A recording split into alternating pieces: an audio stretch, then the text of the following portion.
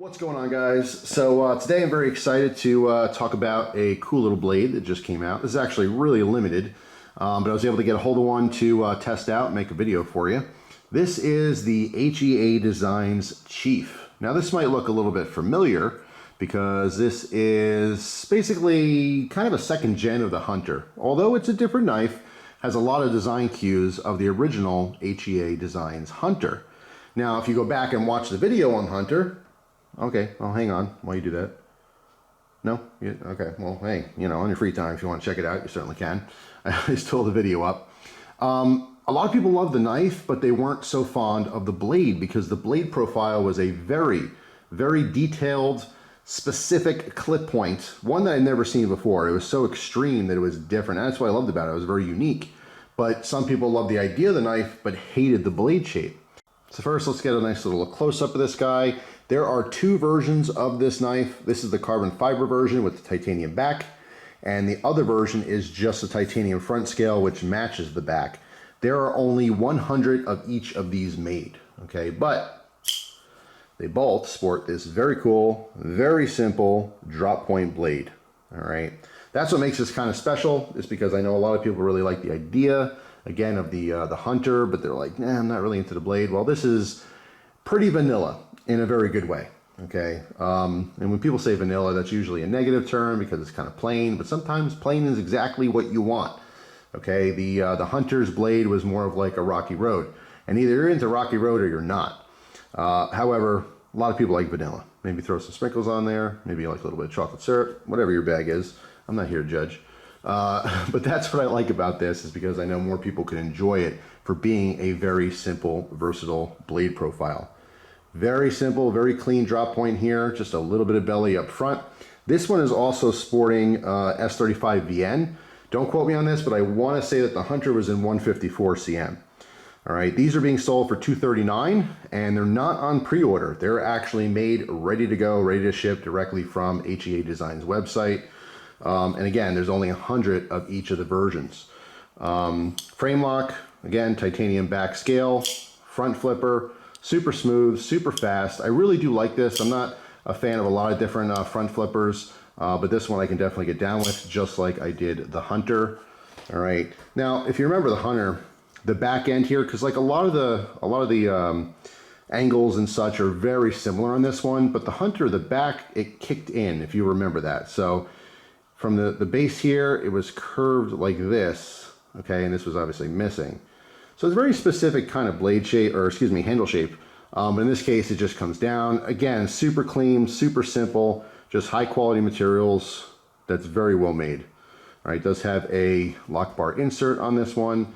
Pocket clip is a little bit different than the Hunter as well. All right, again, a little bit more vanilla. The Hunter had some different CNC work on the front scale.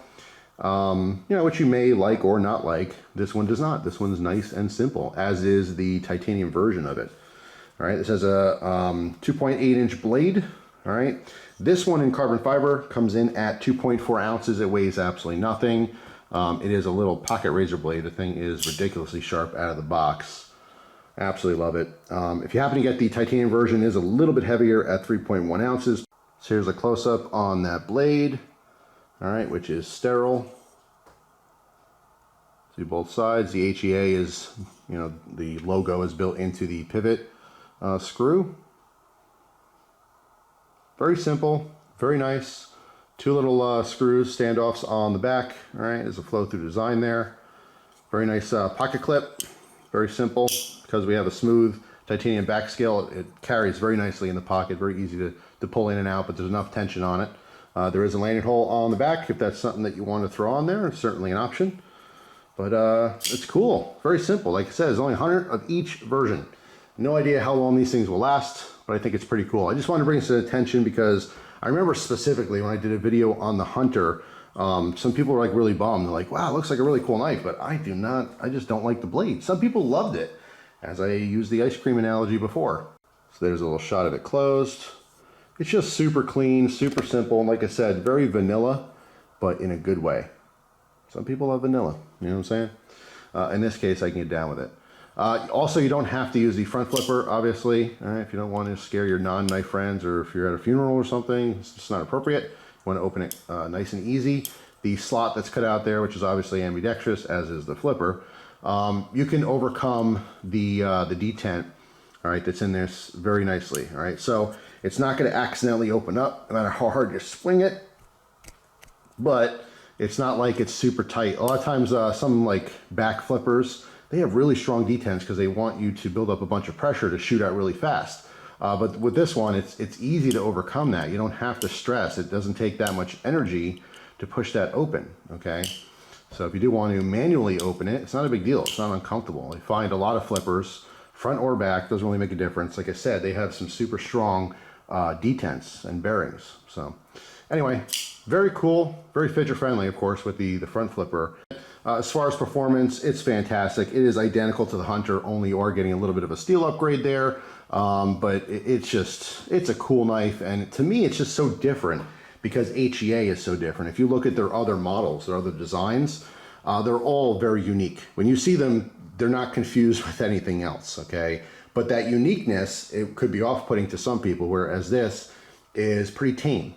And sometimes tame is what you're looking for. You know, if you want something different and extreme, definitely check out their other stuff. But this is everything that the Hunter was, but again, a little bit of a blade steel upgrade and a little bit more versatile as far as just like a simple drop point for EDC. It's just, you know, I liked the clip point on the Hunter because it was so extreme. But you know, the downside to that was the tip was a little bit fragile because of that, whereas this is not, you know. So just another option, just another knife among the sea of knives. There's a lot of cool options out there, but this is another one, and I want to show specifically in case you haven't heard of HEA before. Every day there's new knife collectors and stuff, and of course you hear about all the big production brands, but sometimes you don't hear about companies like this. Anyway, hopefully you guys enjoyed the video. If you have any models from HEA, let me know down in the comments section if you EDC it or if you just collect them, and if so, which one do you have and what do you think of it? I'm curious. But anyway, that's all for now. Hopefully you guys have an awesome day. Thanks for watching, and I'll see you tomorrow with a brand new video. Take care.